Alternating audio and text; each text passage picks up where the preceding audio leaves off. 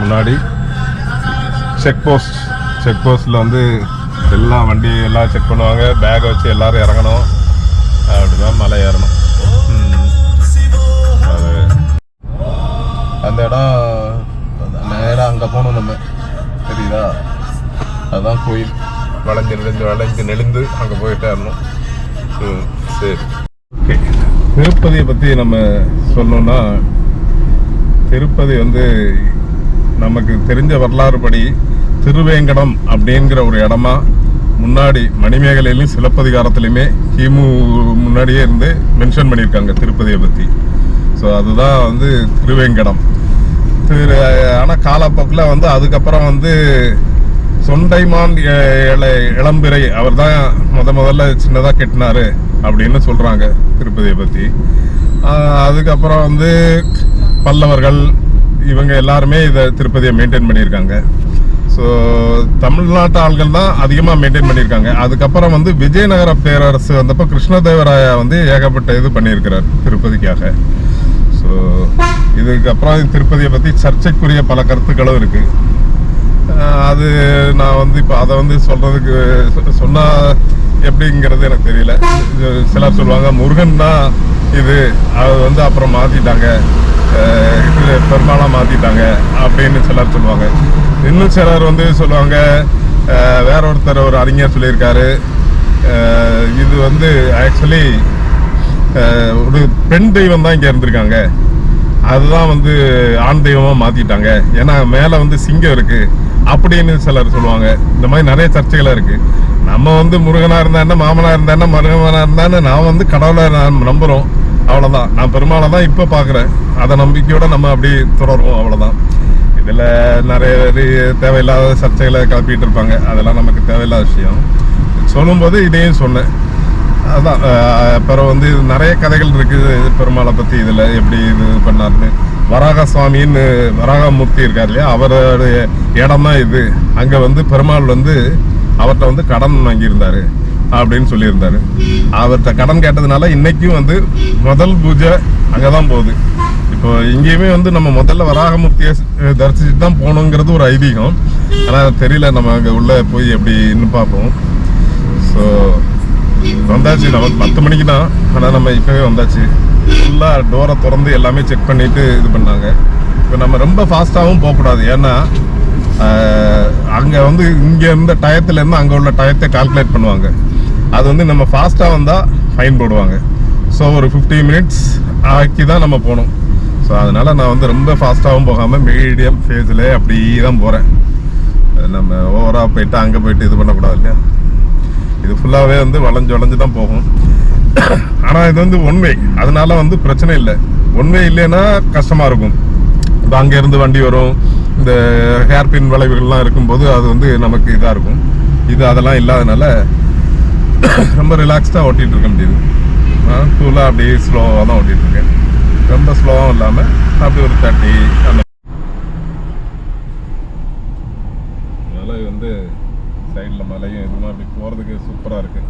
அதுவும் ஒரு ஈவினிங் 6-7 மணியாக நாங்கள் போகிறோம். அப்படி இருக்குது சூப்பராக, நல்லா என்ஜாய் பண்ணி அப்படி தான் போயிட்டுருக்கோம். அந்த மாதிரி ட்ரைவ் பண்ணுறதுக்கு நல்லாவும் இருக்குது. இது பார்த்தீங்கன்னா 191 watt/km. அதாவது இது வரைக்கும் ஒரு 10% தான் குறைஞ்சிருக்கு. ஸோ ஓகே, நமக்கு இன்னும் எவ்வளோ தூரம் போக வேண்டியிருக்குன்னு தெரியல.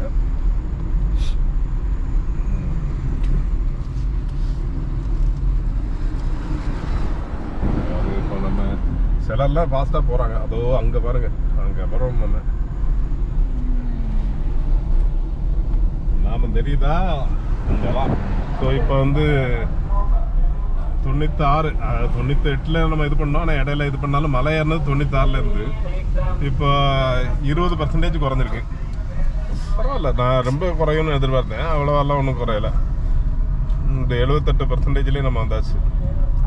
ஸோ கூல், தைரியமான கெட்டியாக ஈவியை வச்சுட்டு திருப்பதி மலையெல்லாம் அசால்ட்டாக வரலாம். விட்டால் ஊட்டியே ஏறலாம் போல இருக்கு, ஊட்டி கொடைக்கானலே ஏறிடலாம் போல இருக்கு. ஈஸியாக தான் இருக்குது. நம்ம என்ன அடுத்தது வந்து வேற எங்கேயாவது தேக்கடி போகலான்னு இருக்கேன், ட்ரை பண்ணி பார்ப்போம். இப்போ வந்து திருப்பதி வந்து மேலே வந்து சேர்ந்தாச்சு. அடுத்து நம்ம ஏடிசி, அதாவது இந்த 300 ரூபா டிக்கெட், அந்த 300 ரூபா டிக்கெட் எடுக்கிறதுக்கு நான் பட்ட பாடு இருக்கேன். 300 ரூபா டிக்கெட் வந்து 4 லட்சம் ஒரு 3 மாதத்துக்கு முன்னாடியே ஓப்பன் பண்ணுறாங்க. அந்த 3 மாதத்துக்கு முன்னாடி ஓப்பன் பண்ணும்போது நம்ம டக்குன்னு நமக்கு இந்த ஸ்லாட் வேணும்னா டக்குன்னு புக் பண்ணணும். அப்படி புக் பண்ணலன்னா அந்த ஸ்லாட்டு போயிடும். இந்த இப்போ எனக்கு ராத்திரி 10 மணிக்கு வேணும் அப்படின்னு நான் புக் பண்ணுறதுக்கு நான் என்ன பண்ணேன்னா எல்லாத்தையுமே வந்து வாட்ஸ்அப்பில் ஆல்ரெடி எல்லாமே டைப் அடித்து இது பண்ணி வச்சுருந்தேன். என்னோட பேருக்கே நான் அனுப்பி வச்சுட்டு அதை எடுத்து காப்பி பேஸ்ட் நீங்கள் கம்ப்யூட்டரில் அந்த மாதிரி பண்ணிங்கன்னா ஈஸியாக இருக்கும். ஸோ அதுதான் ஒரு 4.5 லட்சம் டிக்கெட்டு ஒரு மாதத்துக்குள்ளது ஜஸ்ட்டு 3 ஹவர்ஸில் முடிஞ்சிடுச்சு இந்த 300 ரூபா டிக்கெட்டுக்கு. அதனால் அது பார்த்து அப்படி பண்ணுங்க. அதுதான் ஒரே ஒரு ஈஸி வழி. ஆல்ரெடி எல்லாமே டைப் பண்ணி ரெடியாக வைங்க, காப்பி பேஸ்ட் பண்ணுங்கள். இப்போ நம்ம வந்து 300 ரூபா டிக்கெட்டில் வந்து ஏடிசி அங்கே தான் வந்து இது பண்ணணும். அங்கே போய் பார்ப்போம். அங்கே இறங்கிட்டு அதுக்கு மேலே எவ்வளோ எடுக்க முடியுதோ எடுத்து காமிக்கிறேன். எனக்கு என்னன்னு தெரியல, கூட்டமே இல்லை, ஸ்பீடாக போயிட்டே இருக்கிறோம். எங்கேயுமே எந்த தடையும் இல்லை. இது வரைக்கும் மொபைல் வாங்கலை. உள்ளே போனவங்க முன்னாடி மொபைல் வாங்குவேன்னு சொன்னாங்க. அதனால் அப்படியே உள்ள இந்த கவுண்டர்லாம் ஃபுல்லாக நிறைஞ்சிருக்கும். பார்த்தீங்கன்னா ஆளுங்க இங்கே உட்காந்துட்டு போவாங்க. ஆனால் இன்றைக்கி எதுவுமே இல்லை. சீட்டில் உட்காந்து தண்ணி குடிச்சு போவாங்க. அப்படியே ஃப்ரீயாக போதும். எங்கே மொபைல் வாங்க சொல்லுவாங்கன்னு தெரியல. அது வரைக்கும் பார்ப்போம். எல்லாம் நல்லதுக்கு தானே. ஸோ கூட்டம் இல்லைன்னு சொன்னேன். இங்கே வந்து உட்கார வச்சுட்டாங்க. கேட் நம்பர் 7 இருந்து நான் 7 இது எப்படி போகணும். ஸோ எல்லோரும் வெயிட் பண்ணுவோம். என்னன்னு தெரியல, வெயிட் பண்ணி உட்காந்துட்ருக்கோம். தேவையில்லாமல் வாய் பேசினேன், கியூவே இல்லைன்னு. இப்போ வந்து வெயிட் பண்ணி உட்காந்துட்ருக்கோம். பார்ப்போம். இங்கே நடுவில் எங்கேயோ வச்சு ஃபோனை வாங்கிடுவாங்க. அது வரைக்கும் தான் ஃபோனை வச்சு நோண்டிட்டு இருக்க முடியும். ஓகே, இப்போ நான் கோப்ரோவில் எடுக்கல, ஃபோனில் தான் எடுத்துகிட்டு இருக்கிறேன். ரெண்டையும் ஜாயின் பண்ணிடுவோம். கூட்டமே இல்லை அப்படின்னு நினச்சேன். கிட்டத்தட்ட 7 மணிக்கு உள்ளே போனேன். இப்போ வந்து நைட்டு 1 மணி ஆயிடுச்சு. அதுவும் 12 மணிலேருந்து 3 மணி வரை கார் எடுக்க முடியாது. ஏன்னா கேட்டை மூடிடுவாங்க மிருகங்கள் பாதுகாக்கிறதுக்காக. ஸோ அதனால் 3 மணி வரை இங்கே சுற்றிட்டு இருக்கணும். நிறைய பேர் இங்கேயே தான் படுத்துக்கிட்டாங்க, தூங்கி கேட்டுறாங்க, வெளியிலே இங்கே இருக்கிறாங்க. ஸோ இதெல்லாம் தான் இது பண்ணுறாங்க. உள்ளே வந்து போனோம். போய் முதல்ல கொஞ்சம் தூரம் வந்து கூட்டமே இல்லைன்னு நினச்சேன். அப்புறம் ஒரு இது வந்தது. அங்கெல்லாம் முடிச்சுட்டு உள்ளே போனோடனே நம்ம இதை செக் பண்ணுறாங்க. செக் பண்ணி முடித்ததும் 300 ரூபா டிக்கெட்டான்னு செக் பண்ணுறாங்க. ஐடி கார்டு செக் பண்ணுறாங்க. மொபைலை உள்ளே வாங்கி வச்சுக்கிடுறாங்க. அங்கே வாங்கி வச்சுட்டு நமக்கு ஒரு கவுண்டர் நம்பரை போட்டு கொடுத்துருவாங்க. அதுக்கப்புறம் நம்ம வெளியில் வந்து தான் அந்த கவுண்டர் நம்பருக்கு போனால் வாங்கிக்கலாம். ஸோ அதனால் இந்த விஷயம்லாம் யாரும் சொல்கிறதில்ல. மொபைலை கொண்டு போய் என்ன பண்ணுறது. அதுமாதிரி சிலர் வந்து வேஷ்டி கட்டணும் அப்படிங்கிறாங்க. ஆனால் நான் வேஷ்டிக்காக கொண்டு வந்திருந்தேன், வேஷ்டி கட்டிட்டேன். ஆனாலும் சிலர்லாம் வந்து பேண்ட் போட்டு தான் வந்தாங்க. யாரும் ஒன்றும் சொல்லலை. அவ்வளோதான். ஸோ நீங்கள் நம்ம வந்து இது வந்து 3 மணி வரை நீ இங்கே தான் சுற்றிட்டு இருக்கணும். பாருங்கள் மக்கள் ராத்திரி எப்படி இருக்கு பாருங்கள். திருமலை எங்களோட பேர் இதான். நைட் வியூ சூப்பராக இருக்கா. நம்ம கார் எடுத்துகிட்டு இப்போ நான் காரை எடுக்கும்போது காமிக்கிறேன். இப்போ வந்து கீழே இறங்கும்போது எவ்வளோ சார்ஜ் நமக்கு ரீஜென்ரேட் ஆகுது. அதாவது ரீஜென்ரேஷனுக்கு நான் சொன்னல, மோட்டரில் வந்து அப்படியே இதாகுதுங்கிறது. அது எவ்வளோ ஆகுதுங்கிறத நான் காமிக்கிறேன். இப்போ போய் லெட்டு வாங்குகிறேன். நான் யூபிஐயில் பே பண்ணுறதுனால தான் மொபைல் எடுத்ததுக்கப்புறம் தான் லெட்டு வாங்க முடியுது. அதனால் இல்லாமல் கேஷ் கொடுத்தோன்னா அங்கே உடனே வந்தது. இது இந்த இடத்துல இங்கே மேலே போண்டிருக்கு. இந்த படியேறி மேலே போனால் தான் மொபைலை வாங்க வேண்டியிருக்கு. அதுக்கப்புறம் லெட்டு கவுண்டர் வந்து இங்கே இருக்குது. ஸோ ஒரு டபுள் வேலை. அதனால் கேஷாக வச்சுக்கோங்க.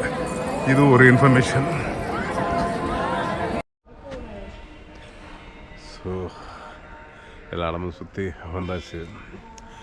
திருப்பதி வரணும்னா நான் சொன்ன இந்த இதெல்லாம் புக்கிங் பண்ணும்போது நான் என்னென்ன சொன்னோம் அதெல்லாம் பிளான் பண்ணிக்கோங்க.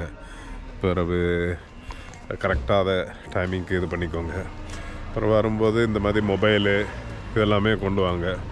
அது தைரியமாக நீங்கள் வந்து கொண்டு வரலாம். கொண்டு வந்தீங்கன்னா உள்ளே கொடுத்துட்டு வெளியே இது பண்ணிக்கலாம். அப்புறம் வேஷ்டி வந்து ஒன்று சேஃப்டிக்கு வச்சுக்கோங்க. ஏன்னா சிலர் வந்து வேஷ்டி வேணுங்கிறாங்க, பேண்ட்டு போட்டும் போகிறாங்க. சேஃப்டிக்கு வந்து வேஷ்டி ஒன்று வச்சுக்கோங்க, இல்லைன்னா இங்கே வாங்க வேண்டியிருக்கும். ஸோ இதெல்லாம் தான் திருப்பதியில் இது பண்ணுறது. ஆனால் கூட்டம் இல்லாதப்பவே இவ்வளவு இதாக இருக்குது. இப்போ கூட்டம் இருக்குன்னா எப்படி இருக்கும்? இதுவே வந்து எங்களுக்கு 7 மணிக்கு வந்து 1 மணிக்கு தான் வெளியில் வந்தோம். அப்போ செம கூட்டம்னா 300 rupees டிக்கெட் எடுத்தே இதுதான். இந்தமாதிரிலாம் வந்தால் விஐபி இதில் தான் வரணும். கூடி சீக்கிரம் விஐபி ஆயிடுவோம். அதுக்கு தான் ட்ரை பண்ணுறேன். பார்ப்போம். கடவுள் பெருமாள்கிட்ட வந்துட்டு போனோம்ல, பண்ணிடுவார்ல, பண்ணிடுவார். சரி, அப்புறம் நம்ம வந்து நாளைக்கு வந்து பத்மாவதி கோவில். ஒருவேளை நான் இப்போ 4 மணிக்கு இறங்கும்போது 5:30 மணிக்கு அங்கே திறந்துருவாங்க. போகும்போதே கும்பிட்டுட்டு போகலாமான்னு ஒரு ஐடியா இருக்குது. அப்படி இல்லைன்னா நாளைக்கு காலைல ஒரு 11 மணிக்கு போவேன். அதையும் காமிச்சு அந்த இது கோயில் போகிறதையும் காமிச்சிட்டு இந்த வீடியோவை முடிச்சுக்கிடுறேன். ஸோ அது வரைக்கும் வெயிட் பண்ணி பார்த்துட்டு போங்க. பத்மாவதி அம்மனையும் தரிசனம் பண்ணுங்கள். நான் உள்ளே போய் காமிக்க முடியாது, இருந்தாலும் கோயில் அங்கே ஏதாவது சின்ன சின்ன டிப்ஸு இது சொல்லுவேன். பிறகு மொத்தமாக அதுக்கப்புறம் இந்த காரோட இது சார்ஜிங் இது இப்போ கீழே இறங்கினோடனே அதோட இதை சொல்கிறேன். இப்போ மேலே எவ்வளோ இருந்தது, கீழே.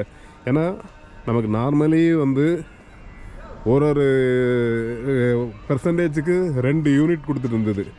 அதே இது மலை மேலே ஏறினப்போ ஒரு பெர்சன்டேஜுக்கு 1 கிலோமீட்டர் தான் கொடுத்துட்டு இருந்தது. அதே இது கன்ஃபியூஸ் ஆனேன். அதான் ஒரு பெர்சன்டேஜுக்கு 2 கிலோமீட்டர் கொடுத்துட்டு இருந்தது. ஸ்டாப் ஆகி மலை மேலே ஏறும்போது ஒரு பெர்சன்டேஜுக்கு 1 கிலோமீட்டர் தான் கொடுத்தது. அதான் கரெக்டு. அப்போ அதே மாதிரி இப்போ கீழே இறங்கும்போது நம்ம மிஸ் ஆனதெல்லாம் எவ்வளோ பிடிக்க போகிறோன்னு தெரியல. அது கொஞ்சம் நமக்கு திருப்பி கிடச்சிடும். இதுதான் மலை மேலே ஏறும்போது ஈவியோட இது. ஸோ அதெல்லாம் வந்து இப்போ நான் அடுத்து சார்ஜ் பண்ணிட்டு எவ்வளோ சார்ஜ் ஆச்சு, எவ்வளோ செலவாச்சு, கன்க்ளூஷன் அதெல்லாம் சொல்லி முடிச்சிடுறேன். நாளைக்கு பத்மாவதி அம்மன் கோயில் போகிறதையும் காமிச்சிட்டு எவ்வளோ ஆச்சு அப்படிங்கிறத முடிச்சிடுறேன். ராத்திரி 2:30 மணி ஆகுது. அப்படியே குளிராக இருக்குது. ஜலதோஷம்லாம் பிடிச்சிருக்கு, ஆனாலும் நல்லா இருக்குது. அப்படியே அட்மாஸ்பியரு. காரில் பார்க்கிங் போட்டிருக்கோம். அதாவது இந்த 300 rupees காரில் வந்தீங்கன்னா இந்த 300 rupees இது பக்கத்துலேயே கொஞ்சம் அப்படி லாஸ்ட்டில் வந்தீங்கன்னா ஒரு கார் பார்க்கிங் இருக்குது, அதில் போட்டுக்கோங்க. அப்போ நீங்கள் வந்து வர்றதுக்கெல்லாம் ஈஸியாக இருக்கும். ஆனால் வர்றது அங்கேருந்து ஒரு 10 நிமிஷம் நடக்க வேண்டியிருந்தது. போகும்போது ஈஸியாக இருக்கும், அவ்வளோதான். ஸோ எல்லாமே அதுதான். மற்றது அங்கே போயிட்டு கீழே இறங்கிட்டு நான் காமிக்கிறேன். எவ்வளோ 3 மணிக்கு எக்ஸிட் அடிக்கிறதுக்காக எல்லாரும் கியூவில் வண்டி நிற்கிது பாருங்கள். ஸோ நாங்களும் 3 மணிக்கு வந்து நிற்கிறோம் கீழே போகிறதுக்கு. இப்போ வந்து 75% 140 75% 145 75% சாரி 145 கிலோமீட்டர் ஆயிடுச்சு. நாங்கள் சுற்றி இங்கே வந்து நின்றுப்போம். ஸோ 75% நமக்கு எவ்வளவா மாறுது அப்படிங்கிறத பார்ப்போம். நமக்கு அந்த கிலோவாட்டும் பார்த்திங்கன்னா 125 கிலோவாட்டுன்னு ஆயிடுச்சு. ஆக்சுவலாக நம்ம அங்கேருந்து வரும்போது 109 அந்த மாதிரி இருந்தது. ஆனால் இந்த மலை ஏறினோன்னு 125 ஆயிடுச்சு. ஸோ அது இப்போ உடனே மாறாது, கொஞ்சம் ஓடினதுக்கப்புறம் தான் மாறும். இது இந்த பெர்சன்டேஜ் அது வந்து மாறிடும். ஓகே, ஸோ அப்படியே மலை இறங்குறது அப்படியே காமிச்சிட்டு வரோம். இவ்வளோ வண்டி முன்னாடி நிற்கிது. எல்லாம் 3 மணிக்கு போகிறதுக்கு ரெடியாக நிற்கிறாங்க. அப்போ வந்து இறக்கம் இருந்தோம், ஏற்றம் போனோம். இப்போ இறக்கம். அதுவும் நான் பார்த்தீங்கன்னா ரீஜென்ரேஷன் வந்து 3 நான் ஏறும்போது 2 தான் வச்சுருந்தேன். நான் இப்போ 3 வச்சுட்டேன். இந்த ரீஜென்ரேஷனில் வந்து லெவல்ஸ் இருக்குது, 1 2 3. சரி, நம்ம நார்மல் ரோட்டில் வந்து 3லாம் வச்சோன்னா நம்ம காலை தூக்கணுன்னாலே பிரேக்கு பிடிச்ச மாதிரி ஆகிடும். அதனால நான் வந்து 3 வைக்க மாட்டேன். நான் எப்பவும் 2 தான் வச்சு ஓட்டுவேன் அங்கே சிட்டிக்குள்ளே ஓட்டும்போது. இப்போ மலை இறக்கங்கிறதுனால 3 வச்சுட்டேன். இப்போ நம்ம காலை எடுத்தாலே வண்டி நின்றோம். ஸோ கண்ட்ரோல்லையும் இருக்கும், நமக்கு போகிறதுக்கும் ஈஸியாக இருக்கும். பார்த்தீங்கன்னா நமக்கு அது மாதிரி சார்ஜும் நிறைய ரிப்டின் வரும். ஸோ அதனால தான் நான் வந்து 3ல் போட்டு ஓட்டுறேன். ஆனால் கொஞ்சம் டைட்டாக ஓட்டுற மாதிரி இருக்கும் இறக்கத்தில் ஓட்டும்போது. பரவாயில்ல, நமக்கு பழகிடும் அதெல்லாம். இதுதான் 3 இது இருக்குது பார்த்தீங்களா, அதுதான் ரீஜென்ரேஷன். ஓகே, நான் ரொம்ப ஃபாஸ்ட்டு போகிறதில்ல, 40லே தான் போகிறேன் இறக்கத்திலே. நானும் அதுங்க என்னமோ ரொம்ப வேகமாக போய் ஏதோ வேலைகளை முடிக்க போகிறது மாதிரி. இதில் ஹேர்பின் விளைவுகளாக இருக்குது. ஏறும்போது இருந்ததை விட இறங்கும்போது வந்து பயங்கர ஹேர்பின் விளைவுகளாக இருக்குது. அதில் வேறு இவனு ஓவர்டேக் அடிக்கிறது வந்து நமக்கு டர்ன் பண்ணும்போது கேர்ஃபுல்லாக டர்ன் பண்ணலைன்னா பிரச்சனை ஆயிரும். அது கொஞ்சம் பார்த்துக்கணும். இது ஒரு ஹேர்பின் விளைவு. நம்ம உண்மையிலே போகிறது ஒரு விதத்தில் நல்லது ஏறும்போது. ஆனால் இவனை வந்து இப்படி தான் நம்ம டர்ன் பண்ண முடியும். அப்போ வந்து இவனு வேற ஓவர்டேக் அடிக்கும்போது அது கொஞ்சம் பிரச்சனையாகும். பாருங்கள் பாருங்கள், இறக்கம் ஃபுல்லாகவே ஹேர்பின் பென்ட்ஸ் தான் அதிகமாக இருக்குது. நம்ம மலை மேலே இருந்து ஏறும்போது 10% போக வேண்டிய இடத்துல 20% போச்சு. ஆனால் இறங்கும்போது 20 கிலோமீட்டர் ஓட்டியிருக்கோம். ஆவரேஜாக ஒரு 10% தான் போனோம். 75ல் ஆரம்பித்தோம், இப்போ 77% இருக்குது. அதாவது கூட 2% வந்திருக்கு. 20 கிலோமீட்டர் ஓட்டினதுக்கப்புறமும் கூட 2% வந்திருக்கு. அதுதான் பவர் ஆஃப் ரீஜென்ரேஷன். அது இறங்கும்போது அப்படி ஆயிரும். எக்ஸ்ட்ரா அந்த 20 கிலோமீட்டருக்கு கட்டாக வேண்டிய 10% போல ப்ளஸ் எக்ஸ்ட்ராவும் வந்துடுச்சு. ஸோ இதுதான் மலையில் ஏறும்போது அதிகமாக குறையும், இறங்கும்போது நமக்கு திருப்பி அப்படியே கிடச்சிரும். ஸோ நம்ம அதுக்கேற்ற மாதிரி மலை ஏறும்போது கரெக்டாக சார்ஜிங்லாம் இருக்கா இதெல்லாம் பிளான் பண்ணி போகணும். இறங்கும்போது தைரியமாக வரலாம். ஸோ இது ஒரு டிப். நான் அதான் திருப்பதி மலை மேலே ஏறி இது பண்ணணும்னு பார்த்தேன். எவ்வளவு ஹேர்பின், ஒரு கண்டிப்பாக 36 மேலே இருக்கும்னு நினைக்கிறேன். ஏகப்பட்ட ஹேர்பின் இறங்கும்போது. ஆனால் ஏறும்போது அப்படி தெரியல, ஈஸியாக தான் இருந்தது. ஆனால் இறங்கும்போது ஏகப்பட்ட ஹேர்பின் விளைவுகள். ஓகே, ஸோ ஒரு வழியாக காலையிலே வந்து இதுக்கும் போயிட்டோம், பத்மாவதி கோயில். அங்கேயுமே உள்ள ஃபோனை கொடுத்துட்டு தான் போனோம். அங்கே காலையில் நீங்கள் 5 மணி 4:30 மணிக்கு போனீங்கன்னா 50 ரூபாய்க்கு சுப்பிரபாதம் டிக்கெட் இருக்குது. அது வந்து 4:30 மணிக்கெல்லாம் போகணும். வெள்ளிக்கிழமை 3:30 மணிக்கு போகணும். 5 மணிக்கு போனீங்கன்னா இல்லை குங்குமார்ச்சனை இல்லை சகஸ்திரநாம அர்ச்சனை டிக்கெட் இருக்குது. அது வந்து 100 ரூபா. அதை எடுத்தீங்கன்னா நீட்டாக போய் பார்த்துட்டு குயிக்காக வந்துடலாம். ஆனால் சில்லறை தான் இது பண்ணணும்.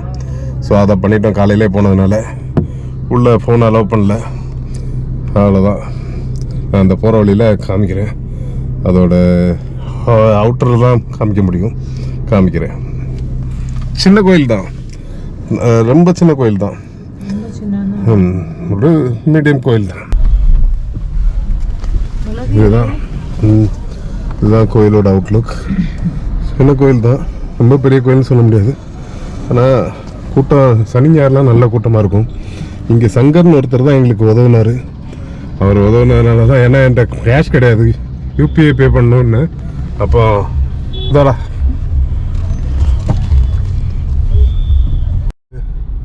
கையில் பணம் இல்லை. சங்கர்னு ஒருத்தர் வந்து வேட்டி வித்துட்டு இருந்தார். நான் வேட்டி வாங்கலை, எனக்கு வேட்டி என்கிட்ட இருந்தது. அவராக வந்து 500 ரூபாய் கொடுத்து நீங்கள் போயிட்டு வாங்க அப்படின்னாரு. கடைசியில் ஏடிஎம்மாக கிடைக்காம அலைஞ்சு அவருக்கு பணத்தை எடுத்து திருப்பி கொடுத்துட்டேன். ஆனால் இன்னைக்கு கடவுளை பார்க்கணுன்னு ஒருத்தர் வந்து நமக்கு உதவி பண்ணார். அதுவும் பத்மாவதி அம்மன். அது வந்து பத்மாவதினா தாமரை இலையில் தொண்டைமான்னு ஒரு மன்னருக்கு பிறந்த பெண் தான் வந்து பத்மாவதி. அதாவது கடவுளில் வந்து திருப்பி வந்து விஷ்ணுவை சீனிவாசரை கல்யாணம் பண்ணி பத்மாவதி அம்மாவாக மாறினாங்க. ஸோ இதுதான் இதோட ஸ்தல வரலாறு. போய் பாருங்கள். ஸோ திருப்பியும் 100% சார்ஜ் ஆக்கி கிளம்பிட்டோம். இது நேராக வீடு வரைக்குமே வந்து சேர்ந்துடும், பிரச்சனை இல்லை. இந்த வீடியோவில் வந்து நான் ஈவி பற்றி எல்லாமே ஓரளவு சொல்லியிருக்கிறேன். செலவுன்னு பார்த்தீங்கன்னா ஈவியில் வந்து எனக்கு மொத்தம் எவ்வளோ செலவாச்சுன்னா, முதல்ல ஒரு 300, அப்புறம் ஒரு 300, 227, அதுக்கப்புறம் இப்போ ஒரு 200. ஸோ ஒரு அப்ராக்சிமேட்லி ஒரு 700, 3 பேர் வர்றதுக்கு அவ்வளோ செலவாச்சு. ஆனால் எல்லா இடமும் சுற்றிருக்கோம், மழை வேலை போனது எல்லாமே இதில் தான். ஸோ இதுதான் ஈவியோட பலன். ஓகே, அப்போ நம்ம அடுத்த இன்னொரு வீடியோவில் பார்க்கலாம். பாய் பாய் பாய் பாய்.